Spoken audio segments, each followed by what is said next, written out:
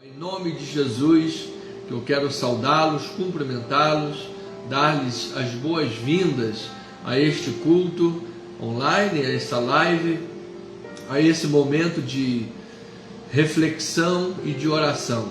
Eu sou o pastor Anderson Nogueira, Igreja Cristo Vive Missão. Estamos aqui na Tijuca, na Rua General Roca 340, próximos da Praça Sans Pena. Que alegria é poder pastorear. Que bom, que alegria, que responsabilidade, que honra é poder ser ministro do Evangelho de Cristo Jesus, ser um pregador da palavra de Deus.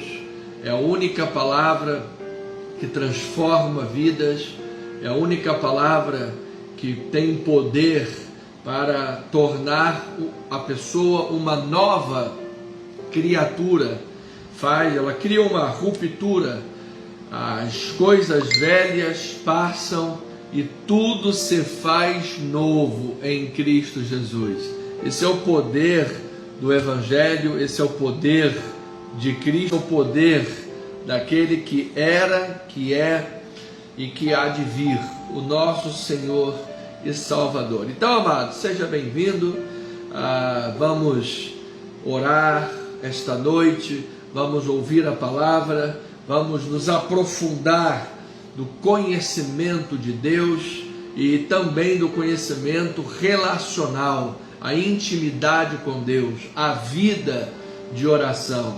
Charles Haddon Spurgeon, ele disse: o segredo desta igreja está na sua usina de poder, o culto de oração. Que tremendo, hein? Spurgeon, um grande pregador, reunia mais de 10 mil pessoas aos domingos, e essa foi a resposta quando lhe perguntaram qual é o segredo dessa igreja. Ele disse: o segredo desta igreja está na sua usina de poder, o culto de oração. E você sabe que durante o culto de oração de Spurgeon, embaixo do altar tinha um andar embaixo, né, um subterrâneo, e ali no subterrâneo da igreja, enquanto o culto estava acontecendo, algumas pessoas se reuniam para orar pelo culto, orar para que Deus falasse, orar para que o Espírito de Deus se manifestasse. Todos os cultos eram assim. Então era um compromisso, amados irmãos. Você sabe que na Coreia do Sul estão as maiores igrejas do mundo. Você encontra lá igrejas de 5 mil, de 12 mil pessoas, de 20 mil pessoas, igrejas de 30 mil pessoas, igrejas de 50 mil pessoas, igreja de 700 mil pessoas, e todas elas priorizam a oração. Quando lhes perguntam o segredo, a resposta é sempre a mesma: é oração, oração, oração. E eles dizem: as pessoas acordam de madrugada para ganhar dinheiro. No mundo todo, as pessoas acordam de madrugada para ganhar dinheiro. Nós aqui acordamos de madrugada para orar, porque Deus é a nossa prioridade. Deus é a nossa prioridade. Arturo Azurdia, ele disse: é no lugar secreto da oração que a batalha é ganha ou perdida.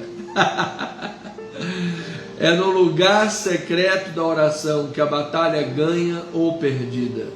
Amados, nós precisamos de irmãos que estejam constantemente orando por nós. Por favor, ore pelo seu bispo, ore pela bispa, pelo presbitério, ore por esta igreja, ore pelo nosso ministério. Por favor, ore por nós. Eu peço de todo o meu coração, amado. Ore todos os dias, separe um momento e diga: Senhor, a vida do bispo, daquele ministério, Igreja Cristo Vive Missão, brevemente iremos mudar o nome da igreja, mais para frente eu falo, mas quando Deus sinalizar. Mas Senhor, eu oro por aquela igreja, o ministério Cristo Vive Missão, oro por aquela igreja, Igreja Missão. Senhor, opera naquela igreja, opera naquele ministério, levanta homens, levanta mulheres, levanta famílias. Deus, que o sermão pregado naquela igreja seja um sermão transformador, que aquele altar não tenha o sermão apenas como algo técnico, algo maquinal, mas que aquele sermão seja tomado de fogo de poder. Teve um teólogo, um pregador, certa vez, que lhe disse: coloque fogo no seu sermão, senão jogue o seu sermão no fogo. Amados, no Novo Testamento nós encontramos os discípulos de Jesus dizendo: Senhor, ensina-nos a orar, ensina-nos a orar. Mas nós não vemos eles pedindo ensinar para pregar, mas ele diz: ensina-nos a orar, porque não existe pregação poderosa. O que existe são homens poderosos, e homens poderosos são homens submetidos a Deus. Homens poderosos são homens que falam a palavra de Deus. Homens poderosos são homens que têm vida de oração. Quem disse isso foi Jonathan Edwards. Jonathan Edwards. Amados, ore. Eu quero insistir com isso. Eu quero insistir com isso. Por favor, ore todos os dias por esse ministério. Ore todos os dias pelo seu bispo. Ore todos os dias para que a palavra que seja pregada naquele altar seja a palavra de Deus. Não seja a palavra de homens, não seja a palavra humana, não seja algo meramente maquinal, algo técnico, mas que aquele altar seja usado por Deus, que aquele altar tenha unção de Deus. Nós precisamos ter luz na mente, mas precisamos também ter fogo no coração. Então, por favor, ore, ore, ore, ore, ore, ore. A oração não é algo de canto, a oração não é algo lateral, a oração é fundamento, é essência da igreja. Quando nós todos, como igreja, estivermos em oração, amados, constante, orando todos os dias uns pelos outros, orando pela igreja, pela palavra que é pregada no altar, orando pelos cultos, orando pela evangelização, para que vidas sejam ganhas, almas sejam ganhas. Quando estivermos orando, amados irmãos, grandes coisas serão operadas. Grandes coisas serão operadas. Eu creio que Deus irá fazer. O verdadeiro valor de uma igreja conhecido pela oração. Então, eu vou contar a partir de hoje, amados, 100%, como que toda a igreja, todos os irmãos aqui oram por mim, oram por esta igreja, oram pelos ministros, pelos irmãos, pelos membros, uns pelos outros. Orem, oração. Esse é meu pedido, esse é meu rogo, em nome de Jesus, porque eu sei que quando todos estivermos orando de verdade, amados, uns pelos outros, separa um tempo do dia, não importa se forem 10 minutos, um tempo do dia para você orar e você colocar os seus irmãos, colocar a sua igreja, colocar o seu ministério, a pregação que sai do altar, colocar tudo que envolve a igreja na oração. Quando todos estivermos fazendo isso, grandes coisas serão operadas. Nós costumeiramente falamos sobre 8 da manhã, 18 horas ou 23 horas. São 3 horários convencionados na igreja. Você pode orar em qualquer momento do dia, mas se você orar em um desses 3 horários, 8 da manhã, 18 horas ou 23 horas, muito provavelmente alguém da nossa igreja vai estar orando também. E aí você vai estar em concordância, você vai estar ligando em concordância com aquele irmão, e eu creio que Deus vai operar grandes coisas, amém? Então gastei 10 minutos do nosso culto para, com muitos rogos, pedir: por favor, ore por mim, ore pela igreja, ore pela pregação, ore pela evangelização. Simplesmente ore em nome de Jesus, uns pelos outros, para a glória do Senhor, amém? Pois bem, eu quero estender aqui uma palavra de consolação, uma palavra de amor, de consideração, uma palavra amiga, pastoral, para a família do Rony Zilling. Esse irmão partiu para o seio de Abraão, partiu para o Senhor, e eu quero enviar aí uma palavra para a sua família, que o Espírito Santo de Deus possa consolá-los, que o Espírito Santo de Deus possa envolver o coração desta família, que o Espírito Santo de Deus possa trabalhar dando paz, dando esperança, dando a visão da vida eterna, a vida que jamais vai ser corrompida ou acabar, onde jamais haverá choro ou tristeza, onde reinaremos para sempre com Cristo Jesus. Então, um abraço amistoso, consolador, fraterno, pastoral, amigo, para a família do Rony Zilling, em nome do Senhor e Salvador Jesus Cristo. E esse abraço estendido, essa palavra, para todos aqueles que porventura ouvem agora e estão enlutados também. Estão enlutados também, tá bom? Em nome do Senhor Jesus Cristo, em nome do Senhor Jesus Cristo. Uma família também de um amigo antigo, irmão Juvenal, perdeu também o seu filho. Na verdade não perdeu, porque o seu filho está no seio de Abraão, e perder é não saber onde está. A gente perde quando não sabe onde está. Perdi, porque eu não sei onde está. E nós sabemos onde seu filho está no seio de Abraão. Um abraço para a família do irmão Juvenal, sua esposa Miriam e todos os irmãos, em nome de Jesus. Quero agradecer a Deus agora, louvar ao Senhor por alguns testemunhos. Temos aqui 3 testemunhos.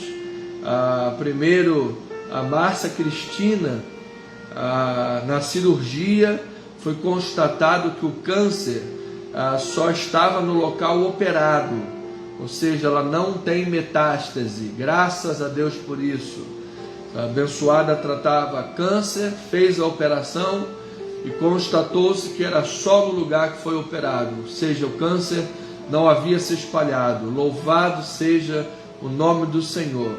Também a dona Terezinha de Jesus, a irmã da Marcelínia, também estava no hospital, também tratando câncer. Graças a Deus já teve alta hospitalar. Louvado seja Deus, está em casa, em nome de Jesus. Inclusive a irmã Marcelínia disse que quando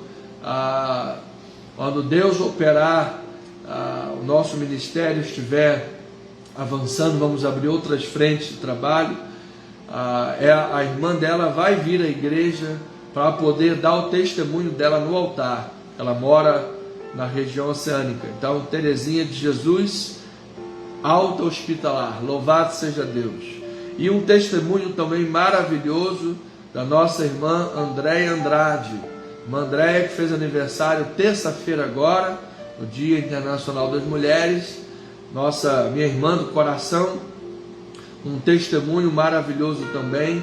Primeiramente, ela foi curada de ansiedade, vinha aí com algumas questões, alguns enfrentamentos, e graças a Deus foi curada da ansiedade, e um grande milagre, porque ela também tinha nódulos existentes na tireoide, no fígado e mioma, e simplesmente foram extirpados para a glória do Senhor Jesus Cristo. Pelas chagas de Cristo Jesus foram extirpados os nódulos do tireoide, fígado e mioma. Um verdadeiro milagre. Como é que a pessoa tem lá um negócio e de repente isso some, é extirpado? É um milagre, é uma grande vitória, é um milagre da parte do Senhor. Então queremos louvar a Deus, agradecer a Deus por estas bênçãos, em o nome do Senhor Jesus Cristo, tá bem? Amém? Para a glória do Senhor. E vamos orar, irmãos amados. Essa semana nós temos, afora os nomes, nós temos alguns casos novos. Primeiramente aqui nós vamos orar pela nossa bispa Deise, estamos incluindo na oração. A nossa bispa tem algumas causas na justiça, já emperradas há muito tempo.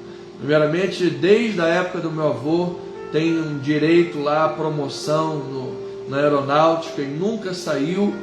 Então tem essa promoção. Tem a questão também da assistência médica do Saram, para que ela não perca essa assistência médica. A assistência médica aí fora, todos sabemos que é muito caro. A bispa tem o direito ao Saram hoje, que ela não venha perder, há um risco aí por trás.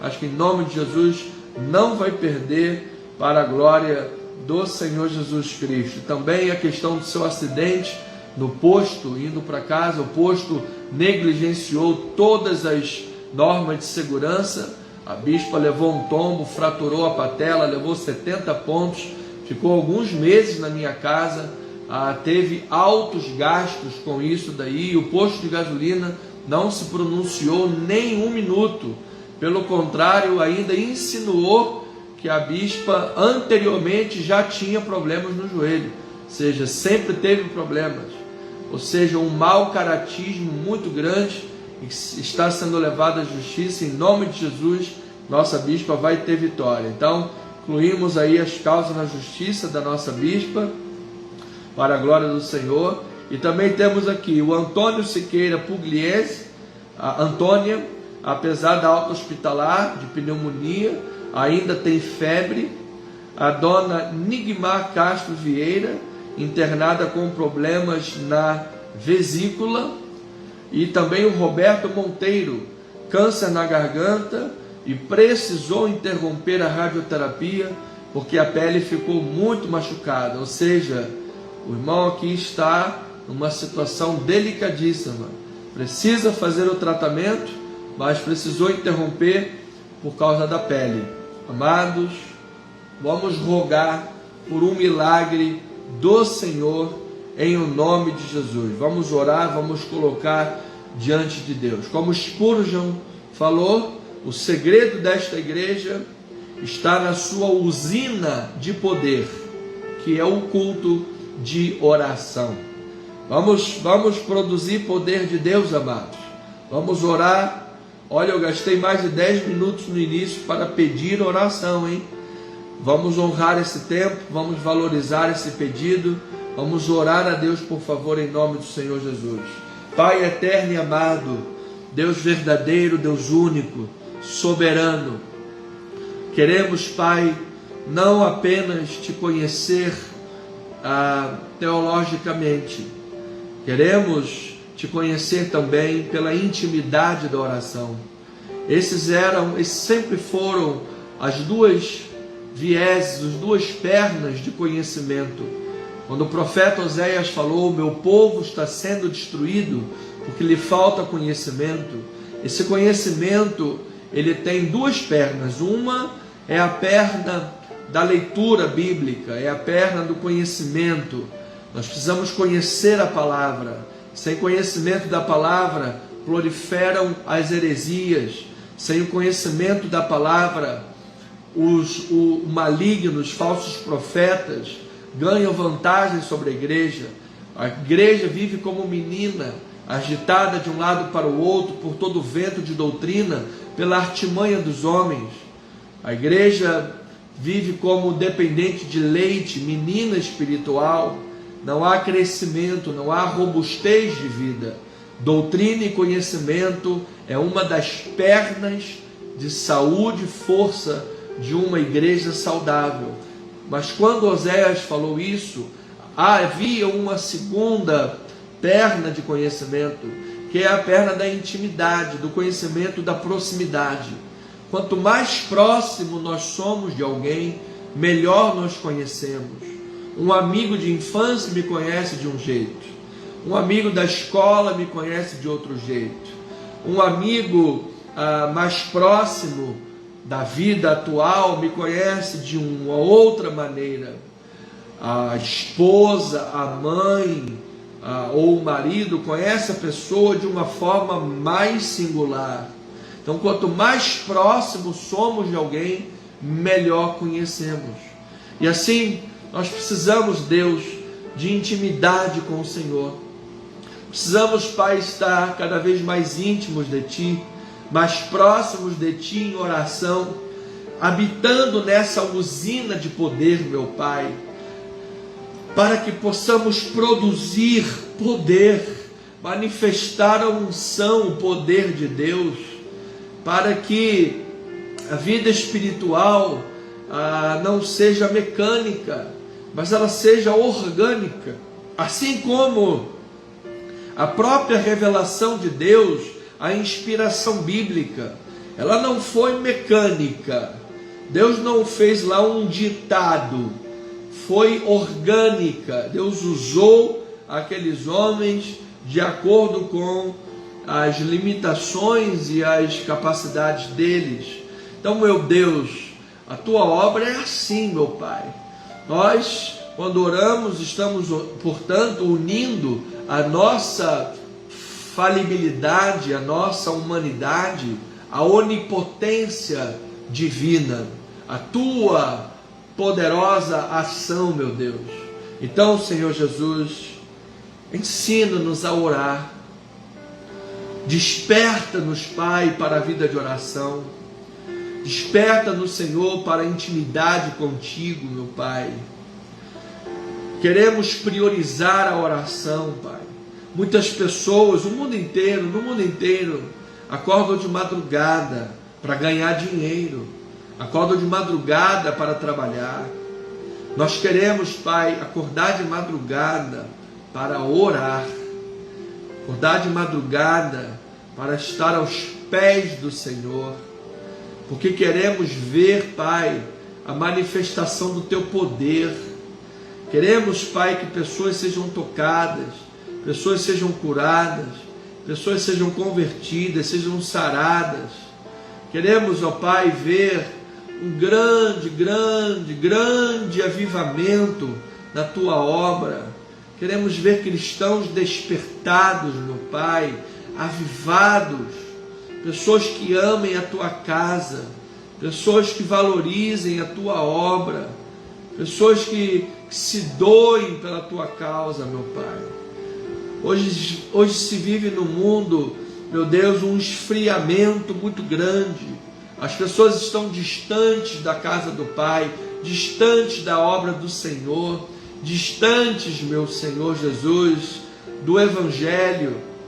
Satanás, com as suas artimanhas, os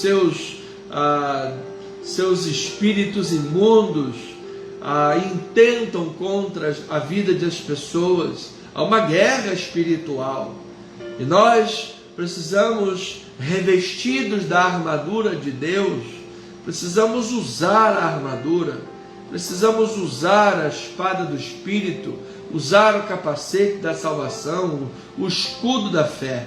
E disse Paulo, com toda oração e súplica, em todo tempo, por todos os santos. Sim, meu Deus, não há outra maneira, não há outro caminho, não há atalhos, meu Deus. É preciso que a igreja entenda a importância da vida de oração. E é preciso que a igreja esteja orando pela vida de oração do seu líder. Porque muitas das vezes, meu Pai, a igreja sem maturidade não compreende a responsabilidade do líder. Muitas das vezes o líder tem que fazer tudo sozinho. O líder tem que visitar o hospital, o líder tem que ir na casa, o líder tem que trocar a lâmpada da igreja, o líder tem que varrer o chão, limpar o banheiro.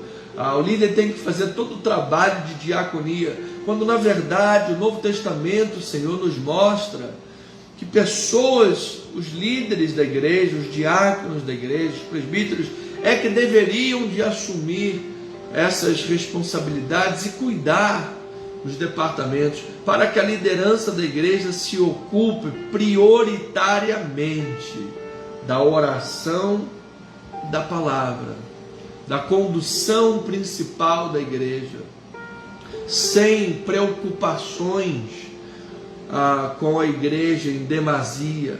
É claro, Senhor, que o pastor, ele gasta a sola do sapato, quando há necessidade imperiosa, importante, ele vai ao hospital, ele vai em busca de uma ovelha perdida. É claro que sim, mas é necessário, Pai, que a igreja, que é um corpo, esteja se movimentando, esteja se unindo e entendendo a grande responsabilidade pastoral de se consagrar ao ministério da oração e da palavra. Por isso, Pai, nesta noite de sexta-feira, eu quero rogar, Senhor, que o nosso ministério seja um exército de gente que ora. Que nós tenhamos em nossa igreja pessoas que nos cubram com suas orações, meu Pai. O líder precisa de estar sendo coberto pela oração da igreja. A liderança é constantemente atacada, a guerra espiritual é muito grande. Não é fácil fazer 2 sermões por semana, não é fácil. A guerra espiritual é muito grande. O pastor é um vaso de barro. O pastor é um vaso de barro. É um ser humano como qualquer outro. E a exigência, muitas das vezes, é exigência em cima de exigência, é teste em cima de teste, coisas em cima de coisas, para testar, para cobrar, em cima da liderança. Isso é em todo mundo, meu Pai. E nós vemos como a igreja está no mundo de hoje, como a igreja está paralisada no mundo de hoje por causa desse modelo, em que o líder da igreja, muitas das vezes, ele é visto como um super-homem, um homem de aço que tem que fazer tudo.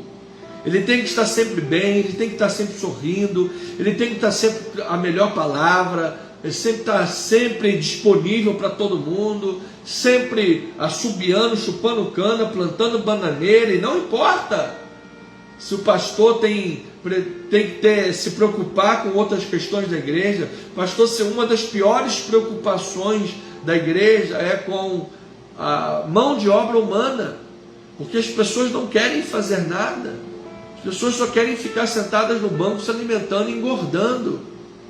E a segunda grande preocupação de um pastor é a vida financeira da igreja, é aluguel, é luz. Quando a igreja não tem igreja própria, pior ainda.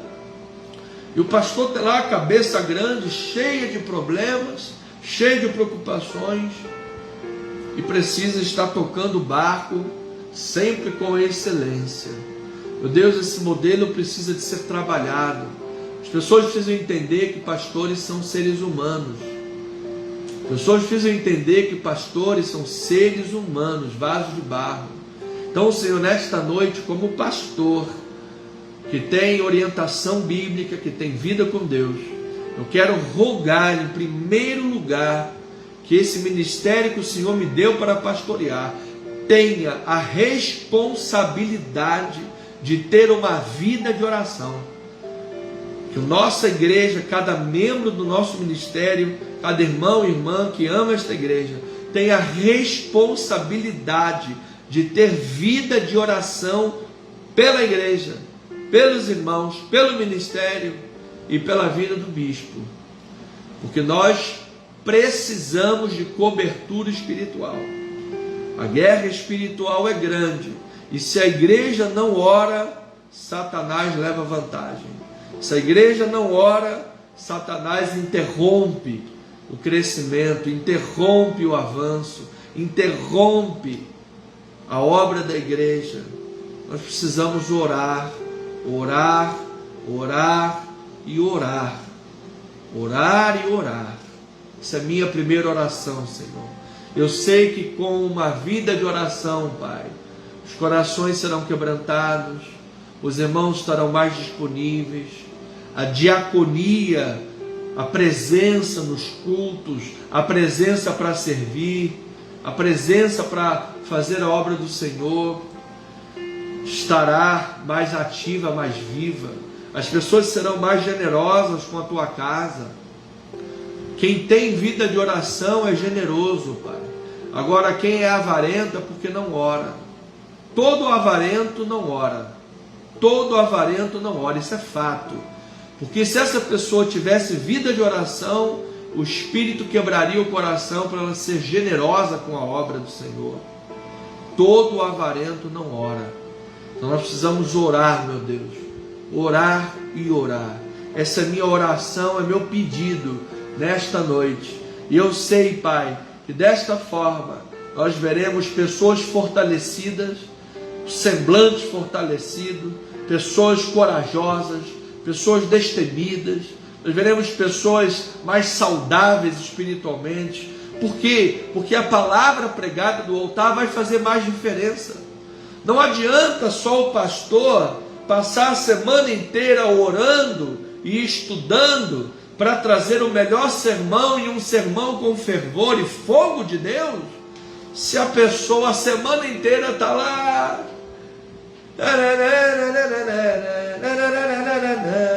está lá no mundo, está lá na vida diária, está lá no oba-oba, aí chega no domingo vai bater cartão. Vai chegar no domingo, vai bater um cartãozinho, ela vai, a vida religiosa. Oi, irmão, tudo bem? Olá, irmã, tudo bem? Vai na vida religiosa, vai bater cartão na igreja, dá um sorrisinho, aperta a mão e tal. A vida religiosa. E aí o sermão não faz o impacto. Por quê? Porque não tem vida de oração. Não tem vida de oração. Senhor, nós estamos vivendo os dias do fim, meu Pai. O mundo está em guerra, o mundo tem fome, o mundo está de cabeça para o ar, com valores invertidos, apostasia, imoralidade, guerras e fomes por todo o mundo, meu Pai. A igreja precisa despertar. A igreja precisa despertar para a vida de oração, intimidade com Deus, para fazermos a obra do Senhor com excelência, afinco, amor no coração e muita generosidade, para que a tua palavra finalmente possa chegar a todas as nações, para a glória do Senhor. Então, meu Pai, colocamos diante de Ti a família do Rony Zilling, que seja consolada, a família Siqueira, família Castro, família Almeida, todos esses irmãos em oração. Te agradecemos pelos testemunhos da Márcia, da Andréia, da Terezinha. Te agradecemos, Pai, por todas as suas bênçãos, e do Roberto, por todas as suas bênçãos. Em o nome de Jesus, declaramos a cobertura de oração para o louvor e a glória do Senhor Jesus Cristo, e o povo amado de Deus, guerreiros de oração, exército de oração, diga amém, amém e amém. Louvado seja o nome do Senhor. Pois bem, família amada, vamos agora abrir a nossa Bíblia. Precisamos lançar sólidos fundamentos à vida espiritual, e isso se dá através da pregação da palavra da verdade, o Evangelho da nossa salvação em Cristo Jesus. Começamos uma nova série de estudos em nossa igreja. Meu coração está cheio de expectativas, está muito feliz e muito grato, muito esperançoso pela série que nós vamos viver, pela série de estudos que nós vamos viver, baseados no Evangelho segundo Marcos. Foi o primeiro evangelho a ser escrito, lá pelos idos dos anos 62 a 65 depois de Cristo, certamente antes da queda de Jerusalém, porque durante o livro Jesus profetiza que não ficaria pedra sobre pedra, e isso aconteceu no ano 70. Por isso, antes do ano 70, Marcos já havia escrito o seu evangelho.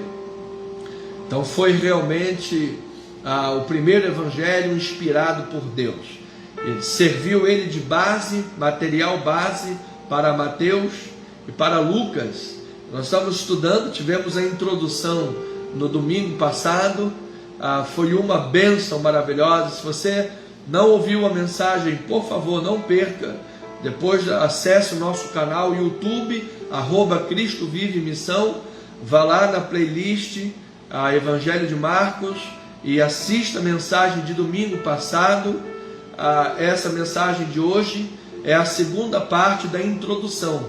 Domingo já entraremos efetivamente no capítulo 1, versículos de 1 a 8, e teremos aí uma grande jornada pela frente, amém? Então, tema desta noite de sexta-feira: princípio do Evangelho de Jesus Cristo. Marcos capítulo 1, versículos 1, 14 e 15. Diz assim a palavra bendita e inspirada do Senhor. Vamos lá, amados. Vamos mergulhar em águas profundas da palavra de Deus. Princípio do Evangelho de Jesus Cristo, Filho de Deus. Depois de João ter sido preso, foi Jesus para a Galileia, pregando o Evangelho de Deus, dizendo: o tempo está próximo, e o tempo está cumprido, e o reino de Deus está próximo. Arrependei-vos e crede no Evangelho. 3 versículos e 3 expressões Evangelho. Vamos orar. Pai eterno e amado, que este Evangelho de Jesus, Evangelho de Deus, Evangelho da Igreja, Evangelho de Cristo, Evangelho da Glória, seja descortinado nas suas profundezas, na sua essência, que é Cristo, Messias, Salvador de todo aquele que crê.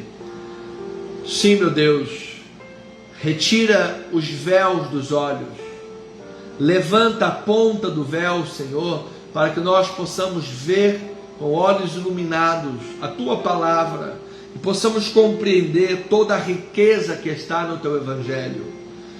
Certamente não é preciso inventar a palavra, não é preciso recorrer a pragmatismos, a coaching e a outros tipos de autoajuda para pregar, de forma alguma. Essas mensagens são mortas, e mensagens mortas produzem crentes mortos. Nós precisamos do Evangelho da vida, o Evangelho de Jesus, porque é esse que tem poder para transformar. Então, Senhor, contamos com a Tua graça e o Teu poder, para que Tu me uses como instrumento, porque eu sou um mero instrumento. O poder é Teu, a mensagem é Tua e a glória também é Tua, assim como o Evangelho é Teu, assim como as ovelhas são Tuas. Portanto, ó Pai, faz a Tua obra, porque a obra é Tua de fato. Assim oramos em nome de Jesus, e o povo amado de Deus diga amém, amém, amém. Minha família espiritual, santos e preciosos de Deus, temos alguns minutos importantes para avançar nessa introdução ao Evangelho segundo Marcos. Vamos passar aí alguns meses estudando e nos aprofundando nesta palavra de grande valia para a saúde espiritual, a força espiritual, da vida espiritual do povo de Deus. Marcos foi o primeiro a cunhar esse termo evangelho, do grego evangelion. Foi o primeiro a falar sobre isso, a usar esse termo, que é o evangelho de boas novas, que revela a pessoa de Jesus Cristo. Então, os evangelhos, ou o evangelho segundo Mateus, Marcos, Lucas e João, não são biografias como o termo moderno hoje entende, mas são biografias teológicas, ou seja, são histórias selecionadas a respeito de Jesus, que são histórias que contêm uma mensagem, ou seja, são sermões de Jesus, histórias com teologia, biografia com teologia. A própria palavra diz que se fosse ser registrado, ou se fossem ser registrados todos os milagres de Jesus, não caberiam nem em todos os livros do mundo. Ou seja, o que foi selecionado e inspirado por Deus para os evangelistas registrarem foram biografias teológicas para curar, converter, libertar, transformar e manifestar o poder do Evangelho para a salvação. Então, Jesus criou o Evangelho pela sua obra, Jesus pregou o Evangelho com as suas palavras, mas, sobretudo, Jesus é o Evangelho. Ou seja, qualquer outra mensagem que seja anticristã não é Evangelho. Paulo falou isso, Paulo denominou como sendo o outro Evangelho, que não é Evangelho, disse Paulo. Se alguém tirar um tio, um J, ou acrescentar ou mudar a mensagem, seja essa mensagem anátema. Se mesmo viesse um anjo do céu e pregasse outro evangelho, fosse também anátema. Ou seja, amada igreja, a responsabilidade é muito grande. As pessoas, às vezes, como membro da igreja comum, não têm noção da responsabilidade que é pregar o evangelho. Não tem noção. A responsabilidade é muito grande. Então, ore pelo seu bispo, pela igreja, para que a mensagem esteja em linha com a verdade do Evangelho e a mensagem seja pregada no poder do Espírito Santo. Então, Jesus é o Evangelho. Amada igreja, sem essa gloriosa doutrina de Jesus, nós não teremos nada sólido debaixo dos pés. Nada. Qualquer outra mensagem que venha a ser posta no lugar da mensagem é areia movediça. Qualquer outra mensagem que venha a ser posta no lugar do Evangelho é maldição. São cadeias que aprisionam as pessoas nos dogmas humanos. Você sabe que a Igreja Católica Apostólica Romana, ela pensa que está acima da palavra. Eles dizem que a igreja tem mais importância do que a palavra. Isso é uma grande heresia. Amado, não é a igreja que determina a palavra, é a palavra que determina o que a igreja tem que pregar. Sola Escritura. Por isso a importância da reforma protestante e a nossa igreja ter uma mensagem de acordo com a palavra reformada. Você sabe que em 1517, com a reforma de Martinho Lutero e os outros reformistas, o protestantismo e a justificação pela fé e o evangelho de Jesus correu afora o mundo, e aquela igreja papal engessada construiu uma contra-reforma. Eles disseram: esses protestantes estão crescendo, estão pregando o evangelho, vamos aí numa contra-reforma. Então eles inseriram 7 livros a mais no cânon sagrado, livros que não tinham nenhuma relevância, livros que não tinham nenhum histórico de relevância e poder ou consideração pela igreja do século I, nenhuma inspiração, nenhuma relevância, para que pudesse exatamente validar aquelas heresias de venda de indulgência e tantas outras coisas mais, purgatório e tantas outras heresias. E com isso, amados, o Evangelho foi deturpado. E hoje muitos seguem o caminho daquele modelo da Contra-Reforma com muitas heresias, com muitas mensagens que nada tem a ver com a palavra. Tem cultos em igrejas que não se abre a palavra. A pessoa fala disso, daquilo, um monte de regrinha, um monte de coisa bonitinha, papapá, o cara fala de um jeito legal e tal, e não tem palavra. Amados, a igreja não pode mexer na palavra, a igreja não pode macular a pregação. Esse é o Evangelho de Jesus Cristo. Por isso Jesus disse: sobre esta pedra edificareis a minha igreja. Quem? Jesus. O assunto daquele texto era Jesus. Jesus estava perguntando aos discípulos: quem vocês dizem que eu sou? E aí Pedro falou: você é o Cristo. E aí Jesus falou: sobre esta pedra edificareis a minha igreja. Aí vem a igreja católica apostólica romana e diz que Pedro que é a pedra fundamental. Logo depois dessa passagem, Pedro, influenciado por Satanás, começou a repreender Jesus. Pedro, antes da crucificação de Jesus e antes que o galo cantasse 2 vezes, negou a Jesus 3 vezes. Imagina se Pedro fosse a pedra fundamental da igreja. Ai, ai, ai, meu Jesus. A pedra é Jesus e o Evangelho é Jesus. Sobre esta pedra edificareis a minha igreja, e as portas do inferno não prevalecerão. Então Marcos enfatiza que Jesus vai percorrendo vilas, aldeias, cidades, e à medida que Jesus o faz, ele vai pregando o Evangelho, ele vai curando, libertando, restaurando, manifestando o poder de Deus. Por isso o Evangelho de Marcos é um evangelho querigmático, ou seja, significa isto que é o evangelho do querigma, da pregação, é o evangelho da anunciação, é o evangelho da ação. 45 vezes Marcos usa as expressões imediatamente e logo então, a seguir Jesus, ou seja, conecta um ato a outro ato, seja o evangelho da ação, onde Jesus prega, proclama, onde Jesus faz discípulos que preguem e que proclamem e que anunciem. Jesus é descrito como o rei servidor.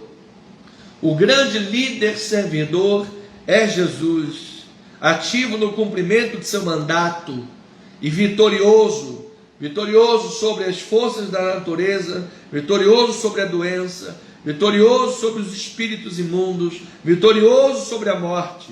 É esse o Jesus, rei servidor, líder servidor e vitorioso sobre todo mal, pregador, anunciador, sendo ele o mensageiro e a mensagem ao mesmo tempo, sendo Jesus o evangelista e o evangelho próprio ao mesmo tempo. Esse é o evangelho segundo Marcos. Por isso Jesus disse: assim como o Pai me enviou, eu vos envio também. Então, amados, significa que no poder de Jesus Cristo, no poder do Espírito Santo, ao abrirmos a nossa boca para o querigma, para a pregação do Evangelho, o próprio Senhor Jesus encherá a nossa boca com a sua palavra. O próprio Senhor Jesus manifestará o seu poder, transformará corações, libertará vidas, sarará os enfermos. Louvado seja Deus! Então note peculiaridades deste evangelho importante. Note uma coisa: os escritores dos evangelhos não se identificam nos seus escritos, no texto. Quando você pega uma carta de Paulo, Paulo se identifica. Pega lá uma carta de Pedro, você sabe, ele tinha um amanuense. Você pega as cartas gerais, eles se identificam nos escritos. Nos evangelhos eles não se identificam. Por quê? Porque acredita-se na intenção deles, que era mostrar que eles próprios não se consideravam os donos do Evangelho estavam sendo escritos. Eles não consideravam que esses textos eram seus propriamente dito, mas que esses escritos eram o Evangelho de Jesus, cujo verdadeiro autor era o Espírito Santo. E eu tenho certeza absoluta, amado, que a inspiração desses livros vem de Deus, vem do trono, e tem poder para transformar a tua vida hoje. Tem poder para transformar a tua vida hoje, para fazer nova criatura, para que o passado fique para trás, para a glória do seu nome. Então, quando você lê o Evangelho, segundo Mateus, Marcos, Lucas e João, saiba que é a inspiração de Deus, através de homens, mas que é o próprio Deus falando ao teu e ao meu coração. Agora é importante lembrar também como Deus preparou o jovem Marcos, que haveria de escrever este livro. Você se lembra que Marcos conheceu certamente Jesus em Jerusalém? Você se lembra que a casa de Marcos era uma base cultica, era uma base de oração? As pessoas se reuniam para orar na casa dele. A mãe de Marcos era uma mulher fervorosa de oração. Marcos andou com os principais líderes apostólicos, foi companheiro de Paulo no final da sua vida, inclusive, e especialmente ele foi discipulado por Pedro, de quem recebeu todas as informações, porque os evangelhos era necessário, e os próprios livros do Novo Testamento, era necessário que tivesse a assinatura ou o tutorial, a responsabilidade, a mentoria de um apóstolo, alguém que havia andado com Jesus. E aqui Pedro foi o mestre de Marcos. Então esse homem foi preparado por Deus, foi lapidado por Deus. Meu amado, grande responsabilidade esse jovem homem teve, mas Deus o preparou. E não será diferente na minha vida e na tua vida.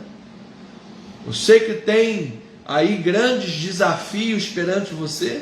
Eu sei que tem grandes responsabilidades perante a tua vida. O nosso Deus há de nos capacitar. Eu creio e peço a Deus de todo o meu coração que o Senhor me use, a mim, use o nosso ministério para ganharmos milhares de almas à volta do mundo inteiro. Mas eu tenho consciência que falar para o mundo inteiro exigirá mais e mais crescimento teológico e crescimento em intimidade de oração. Haverá necessidade de um avanço em todos os campos e setores do nosso ministério. A responsabilidade é grande, mas eu sei que Deus está nos preparando para uma grande obra. Então, ovelhinha amada, note as circunstâncias de como Deus prepara e como Deus faz as coisas, como Deus é soberano. Os primeiros cristãos do primeiro século chamavam Roma, onde foi escrito o Evangelho de Marcos, de onde foi escrito, de Grande Babilônia.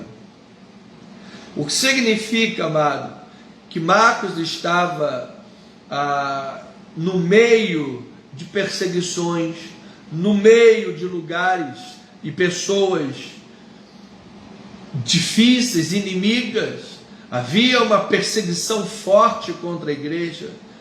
O clima era de medo, de terror, de perseguição. O próprio Paulo e o próprio Pedro foram martirizados. Mas de lá o Evangelho foi escrito. O que isso me diz, bispo? Significa que nada pode impedir o mover e a vontade de Deus. Nada, amado. Nada pode impedir. Deus é capaz de, no meio das dificuldades, no meio das lutas, no meio das perseguições, Deus é capaz de, no meio da escuridão, fazer brilhar a sua luz, fazer brilhar o seu poder grandemente. Então a ideia central do estudo de hoje, dessa introdução de Marcos, a segunda mensagem introdutória, é assim: de fato, a ênfase sobre o sofrimento de Jesus, em todo o livro de Marcos, há uma ênfase sobre o sofrimento de Jesus. Isso nos indica que Marcos se dirigiu a uma igreja cujos membros estavam sob forte perseguição. E Marcos estava exortando aquela igreja, aqueles irmãos, a que permanecessem fiéis, mesmo naquele período difícil. E aí Marcos propôs que o seu evangelho que estava sendo escrito representava somente o princípio do evangelho de Jesus Cristo. Porque, obviamente, o restante do evangelho nós encontramos em Atos dos Apóstolos. Mas ele quis dizer isso por quê? Porque essas boas novas, evidentemente, estavam sendo escritas com propósitos evangelísticos. Ou seja, Marcos escreveu o evangelho para cristãos que estavam debaixo de forte perseguição, para dizer a eles: meus irmãos, permaneçam fiéis a Deus, e na vossa permanência da fidelidade, não deixem de evangelizar. Vocês são missionários, vocês são evangelistas, vocês são propagadores de um evangelho transformador. Vocês são propagadores de um evangelho que liberta, que cura, que restaura.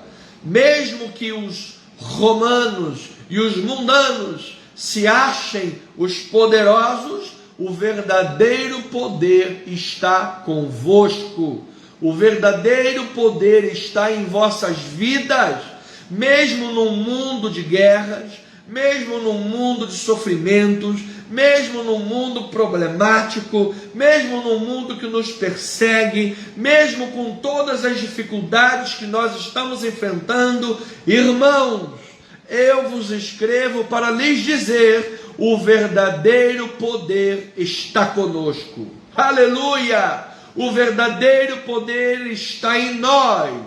Aleluia! O verdadeiro poder é Jesus, o evangelho vivo, o evangelho verdadeiro. Então Marcos apresenta todo o sofrimento de Jesus, a vergonha da cruz e a morte do Gólgota, da perspectiva da glória de Jesus Cristo, do seu poder e da sua vitória final.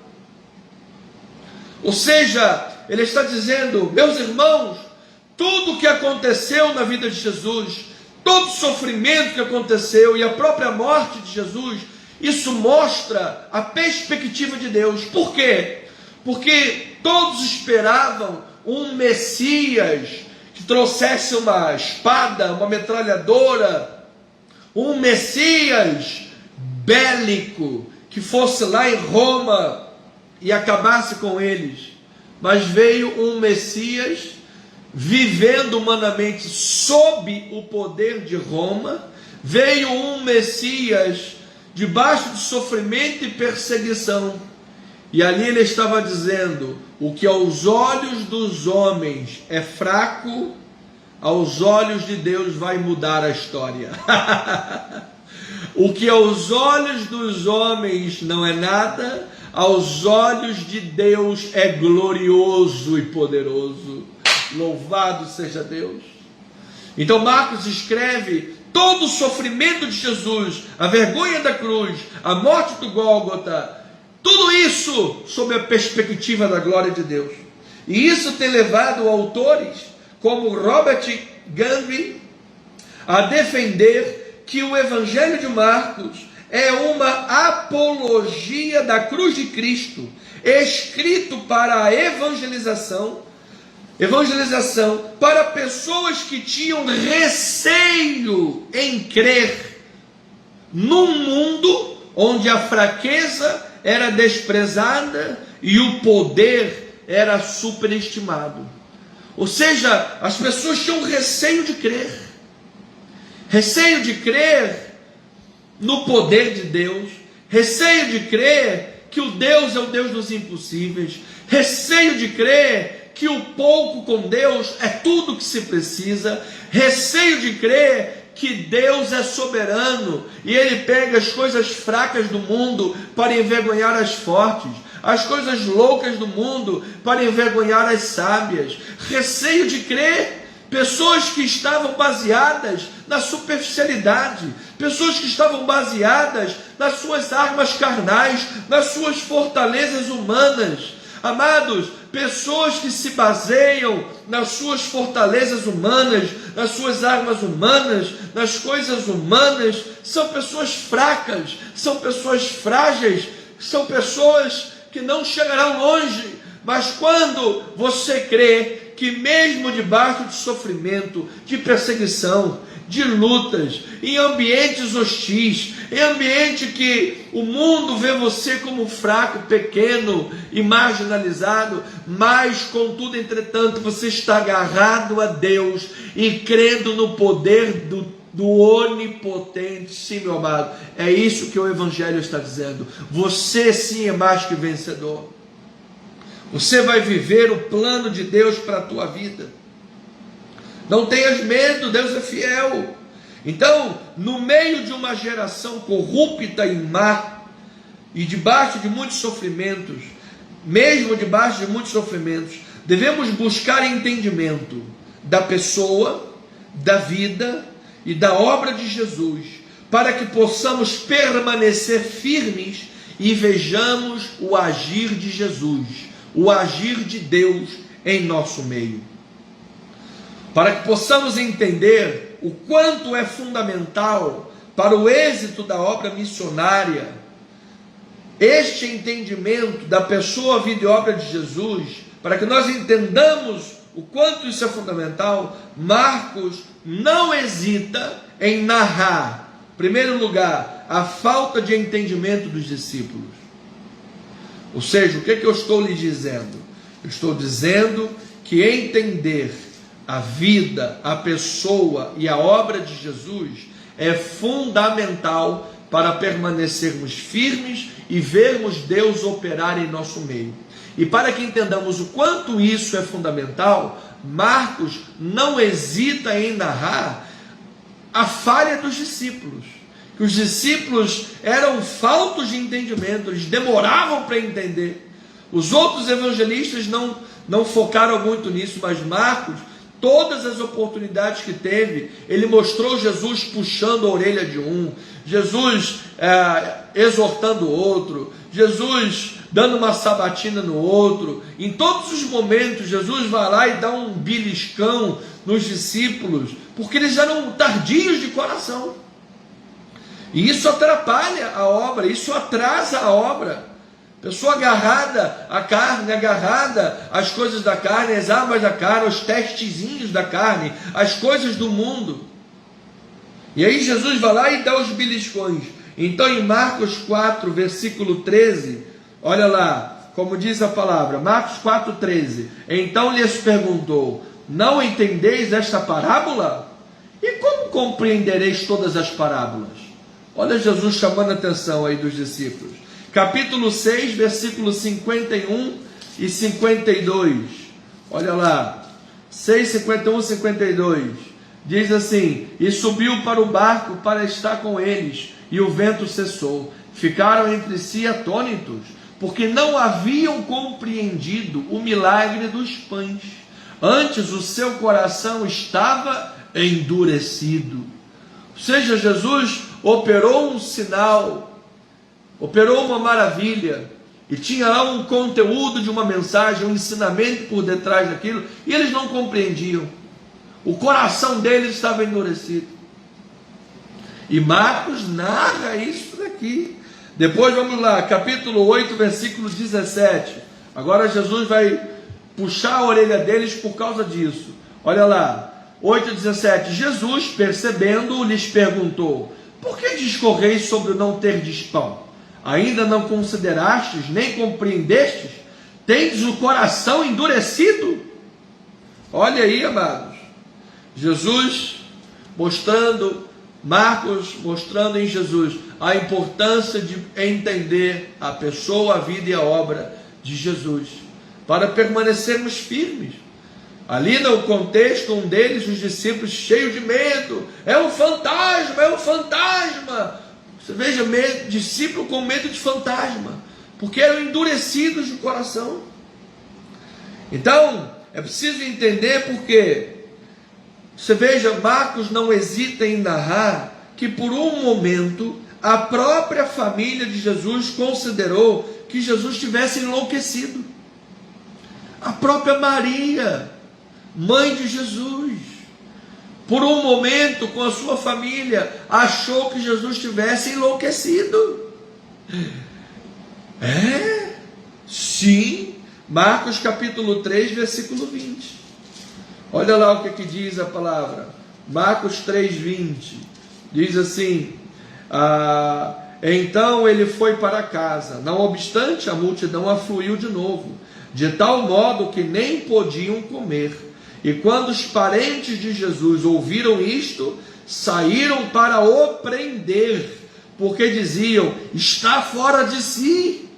Você veja, tudo bem que a vida e o ministério de Jesus estavam numa atividade muito grande, que eles não tinham nem tempo para comer direito. Mas daí a família de Jesus, vamos prender Jesus porque ele está ensandecido, ele está louco, está louco. Veja, amado, muitas das vezes a família vai achar que você está louco. Olha, não, você está louco, você fala só da igreja, fala de Bíblia, fala de Jesus, você é assim, você é assado. Sim, amados, própria família. Por isso é importante entender a vida, a pessoa e a obra de Jesus, para que quando essas coisas acontecerem, nós não nos espantemos, nós não fiquemos em dúvida: será que eu estou fazendo a vontade de Deus? Será que essa pessoa que está me repreendendo está certa, eu é que estou errado? Não, o próprio Jesus foi perseguido, os próprios discípulos eram tardios de entender, e os familiares de Jesus foram lá com a tentativa de o prender, porque achavam que ele tinha enlouquecido. Aí veja que Marcos não hesita em narrar que Jesus não pôde realizar nenhum milagre em Nazaré por causa da incredulidade do povo. Olha lá, Marcos capítulo 6, versículos 4 a 6. Olha lá, Jesus, porém, lhes disse: não há profeta sem honra, senão na sua terra, entre os seus parentes e na sua casa. Não pôde fazer ali nenhum milagre, senão curar uns poucos enfermos, impondo-lhes as mãos. Admirou-se da incredulidade deles, contudo, percorria as aldeias circunvizinhas a ensinar. Então, amado, nós precisamos pedir a Deus discernimento sobre a vida, a pessoa e a obra de Jesus. Para que nos mantenhamos firmes na obra de Deus, para que possamos compreender a palavra com rapidez e não com tanta coração endurecido como os próprios discípulos, para que sejamos firmes, para quando questões se levantarem contra nós não cairmos na malha da dúvida, na malha do medo, da paralisia, e para que não impeçamos os milagres de Deus de acontecer. A incredulidade impede, amado. Você lembra quando Jesus entrou na casa daquela menina que estava morta? Jesus falou: todo mundo para fora da casa, eu vou entrar somente eu e esses aqui que acreditam. Botou todo mundo para fora. Porque, amados, ambiente de incredulidade impede a manifestação da glória de Deus. Nós precisamos crer, absolutamente crer na palavra, no Evangelho, buscar entendimento. Então, no meio de uma geração corrupta, má, e mesmo debaixo de muitos sofrimentos, devemos buscar entendimento da pessoa, da vida, da obra de Jesus, para que possamos permanecer firmes, cumprindo com excelência a grande comissão, a evangelização. Essa era a finalidade de Marcos: permaneçam firmes, e na vossa firmeza sejam evangelistas, na vossa firmeza sejam pregadores, na vossa firmeza não esqueçam do querigma, da proclamação, da anunciação, porque eles acham que eles têm poder, eles acham que são os poderosos, mas o verdadeiro poder está com vocês. O verdadeiro poder está com a igreja. A igreja é não apenas receptáculo, mas ela é o canal do poder de Deus. E se a igreja se calar, e se a igreja ficar parada, o evangelho não corre. Deus não vai usar departamentos do governo, Deus não vai usar ONGs, Deus não vai usar companhias ou o que for, amados. Deus vai usar a igreja. Deus não vai usar sequer os anjos. Deus vai usar a igreja. É a igreja a proclamadora. É a igreja que tem a responsabilidade do querigma, da proclamação, da anunciação. E para isso é importante termos discernimento da pessoa, vida e obra de Jesus Cristo, para permanecermos firmes no meio de ambientes hostis, no meio da perseguição, mesmo quando essa perseguição vem de dentro de casa. Vamos prender Jesus porque ele está louco. Então, amado, este ponto da pessoa, vida e obra de Jesus, da divindade de Jesus, da importância da proclamação do Evangelho, que é o próprio Jesus, é desenvolvido por Marcos, não com proposições doutrinárias, mas através das atividades divinas de Jesus. Ou seja, ele mostra que Jesus tem poder para curar doenças, todas as doenças, poder sobre os demônios, poder para perdoar pecados, para realizar milagres, como inclusive acalmar tempestades.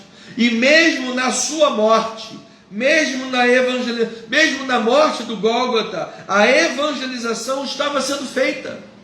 Ou seja, a perspectiva de Marcos é mostrar que tudo que Jesus viveu, tudo que Jesus passou e sofreu, ele mostra debaixo da perspectiva da glória de Deus. Ou seja, Deus é capaz de transformar todo sofrimento em algo glorioso, todas as perseguições em algo poderoso, até mesmo a morte do Gólgota. Lá na Gólgota estava lá o púlpito de Cristo pregando o amor, e lá no Gólgota ele estava evangelizando. Tanto é que veja em Marcos capítulo 15, que o poder da evangelização, da morte de Jesus, estava tão grande, e o poder da glória de Deus naquele lugar era tão grande, que olha que em Marcos 15, versículo 37, a palavra diz assim, 37 a 39, mas Jesus, dando um grande brado, expirou,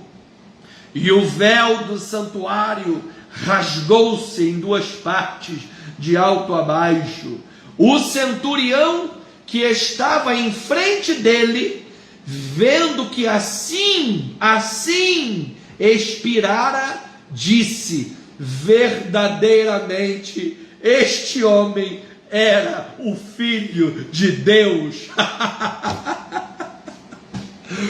Amados, Jesus estava morrendo na cruz e expirando, enquanto alguns passavam meneando a cabeça e acusando: se você é de Deus mesmo, o Messias, o Filho de Deus, desce da cruz. Enquanto alguns passavam assim, outros, como o centurião, olharam aquilo e disseram: este era o Filho de Deus. Ah, glória a Deus. Amado, no meio das tuas lutas e dos teus sofrimentos, as pessoas verão a glória de Deus na sua vida. Um dos primeiros pregadores aqui do Brasil, Antônio Vieira, ele disse: precisamos pregar aos olhos e aos ouvidos. Se as pessoas, quando olharem para você, mesmo no sofrimento, mesmo na luta, mesmo na dor, mesmo em Roma, mesmo na cruz no Gólgota, elas precisam ver aspectos da evangelização. Elas precisam estar sendo evangelizadas. Elas precisam ver o amor de Deus na tua vida. Elas precisam ver a tua boca proclamar a glória de Deus. Elas precisam ouvir de Jesus através da sua vida. Louvado seja Deus, Então o evangelista Marcos estava mandando aquela epístola, aquele evangelho, aquele testemunho para dizer àquelas pessoas: filhos na fé, irmãos em Cristo, família de Deus, eu sei que vocês estão sendo perseguidos, eu sei que a luta está sendo grande, eu sei que o sofrimento é atroz, mas permaneçam firmes, permaneçam como grandes evangelistas que sois, porque o verdadeiro poder não está com aqueles que perseguem, o verdadeiro poder não está no mundo, o verdadeiro poder não é esse que eles pensam, através da espada, através da glória de Roma e da grandeza de Roma. O verdadeiro poder está que Deus, sendo Deus, se fez homem, sendo Deus veio à terra, sendo Deus veio para morrer, e morreu não morte comum, mas a morte de cruz, e ao terceiro dia ele ressuscitou. Este é o poder do evangelho, este é o verdadeiro poder, este é o poder que cura, este é o poder que liberta, este é o poder que restaura, este é o poder que muda vidas, este é o verdadeiro poder. Não se enganem, não se deixem iludir, não se deixem seduzir pela ostentação do mundo.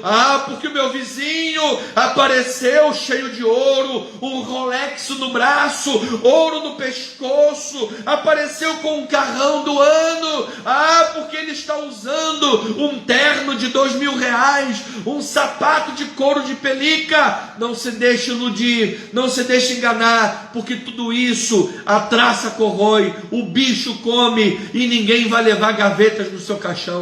O verdadeiro poder glorioso é, e sempre foi, e sempre será o Evangelho de Jesus Cristo. Esse é o Evangelho, esse é o poder de Deus. Então, amados irmãos, eu preciso terminar com duas aplicações, dois pensamentos. Nós vemos no Evangelho de Marcos vários acontecimentos que ficaram conhecidos, ouça, como o segredo messiânico. Isso Jesus fazia. O que Jesus fazia? Jesus pregava, Jesus curava alguém e dizia: não fale para ninguém. Quando alguém vinha endemoniado, os demônios diziam: eu sei quem tu és o Cristo, o Santo de Deus. Jesus dizia: cala-te, cala-te, não fale nada, fique calado. Ou seja, Marcos tem nesse momento inicial como que um segredo messiânico. Jesus fazia isso porque havia um momento certo e uma maneira certa dele se revelar pelo poder da palavra. Havia um risco naquele momento inicial dos zelotes, que eram lutadores, quererem fazer de Jesus um rei bélico para que lutasse contra Roma. E esse não era o caminho. Este não era o caminho por meio da guerra. Então Jesus se esvaziou de sua força toda gloriosa e poderosa, se fez pequeno para mostrar o poder do Evangelho salvador e transformador que liberta.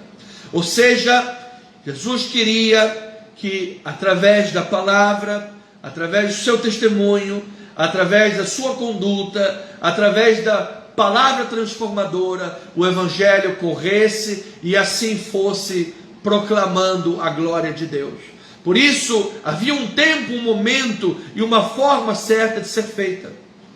Assim eu lhe digo, amado, peça a Deus discernimento para pregar o Evangelho com clareza do momento que você vive, e ao abrir da sua boca o Senhor encherá com a autoridade da palavra. Ou seja, amado, Deus vai colocar pessoas no teu caminho, Deus vai colocar pessoas no momento certo, para que você corajosa e poderosamente possa abrir a boca e ser usado por Deus para revelar a pessoa de Jesus, para mostrar o poder de Jesus, da maneira certa, da forma correta, com o Evangelho transformador, não com coisas humanas, não, mas pelo Evangelho, não com ferramentas humanas, mas pelo Evangelho. Por isso Jesus falou: não é para os zelotes aqui querer me colocar como um guerreiro bélico e eu vou lá e acabo com Roma. Não, então fiquem calados. Há uma forma certa de eu fazer. É pelo poder transformador do Evangelho. E as pessoas todas verão que um carpinteiro, na verdade, era o Filho de Deus poderoso para salvar. E por fim, lembre-se sempre que a clareza total no coração dos discípulos de que Jesus era o Messias, Filho de Deus, Salvador, só aconteceu depois da ressurreição. Os discípulos eram tão tardios de coração, endurecidos, que todos eles só vieram plenamente a compreender quem era Jesus e a obra que ele estava fazendo depois da ressurreição. Nós sabemos disso com base de Tomé. Tomé disse: eu só vou acreditar se ele vier aqui e eu tocar nas suas chagas, e eu tocar nele, só assim eu vou acreditar. E gente, o cara andou com Jesus, viu Jesus curar, libertar, ressuscitar Lázaro, e ainda tinha dúvidas. Eu só vou acreditar depois que ele ressuscitar e eu lhe tocar. E Jesus, quando ressuscitou: vem aqui, Tomé, toque aqui, olha, toque. Não seja incrédulo, mas seja crente. Ou seja, meu amado, lembre-se disso. Por que, amado, eu lhe digo? Por mais incrédula que seja a geração que nós vivemos, por mais que hajam dores e sofrimentos, nunca desista de ninguém. Nunca desista de pregar a palavra. Persevere, continue pregando, e a seu tempo a palavra de Deus vai frutificar. Mas bispo, parece que eu prego e não vejo frutos. Parece que eu prego e não vejo resultado. Insta, meu amado, continue pregando. Nunca deixe de pregar. Com quantos anos você se converteu? Tem gente que se converte com 13 anos de idade, como eu. Tem gente que se converte com 20, com 30, com 40, com 50, com 60.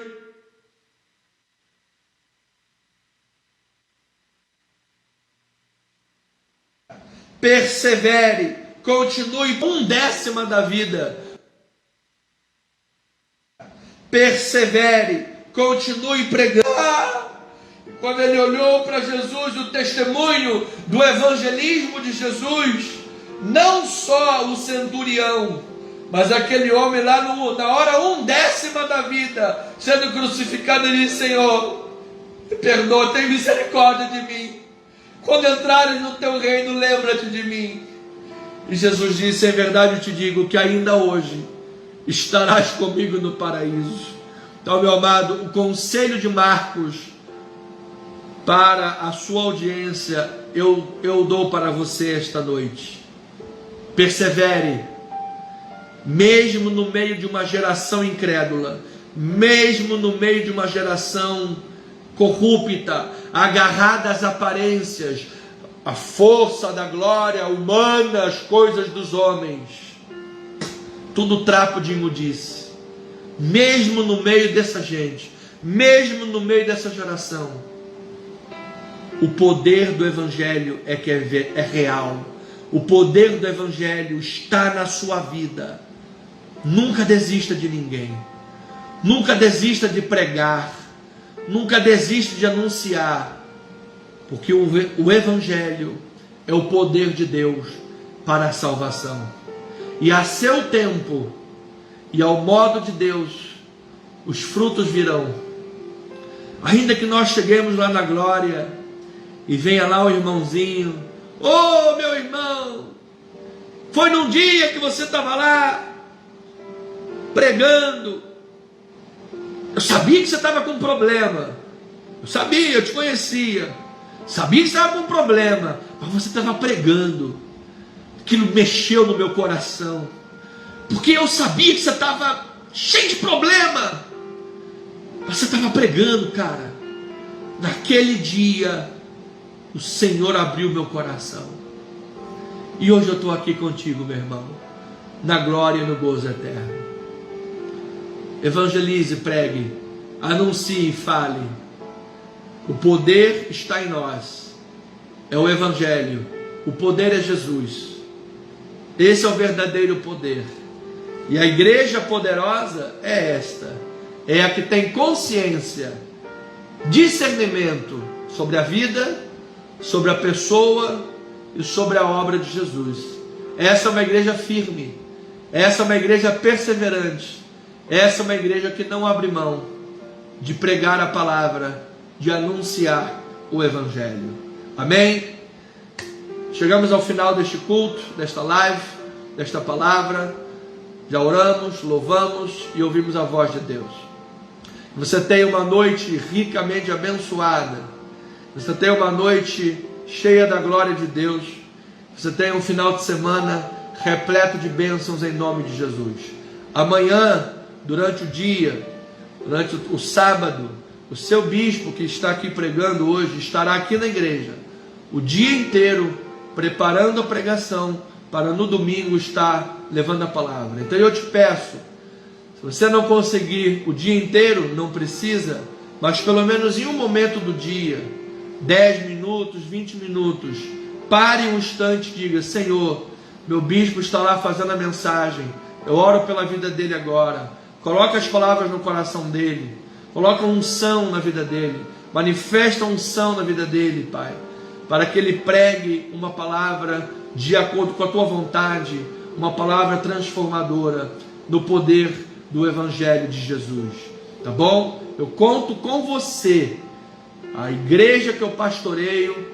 Eu quero poder encher a boca, o pulmão, o peito e dizer para todo mundo: a igreja que eu pastoreio é uma igreja que ora, é uma igreja que ora por mim, ora pelo ministério e ora uns pelos outros.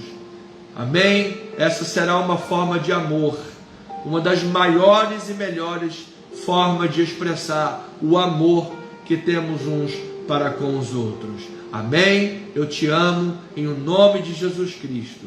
Você tenha uma noite abençoada e no domingo, 9h20 da manhã, eu espero por você, ou aqui presencialmente na rua General Roca 340, na Tijuca, próximos da Praça Sans Pena, ou pelas mídias sociais, para você que está mais distante, pelas mídias sociais, YouTube, @Cristo Vive Missão, ou aqui no Anderson Nogueira Bispo, o Facebook. Se você ainda não veio à nossa igreja presencialmente nenhuma vez, faça-nos uma visita, venha conhecer-nos presencialmente, será um grande prazer receber você, tá bom? Um beijo no seu coração, ósculo santo, um forte abraço, te amo meu irmão, te amo minha irmã, em o nome do Senhor Jesus Cristo. O amor é o vínculo da perfeição. Graça, paz, amor e misericórdia da parte do nosso Senhor e Salvador Jesus Cristo. E eu digo aos amados irmãos, somos o que somos pela graça de Deus.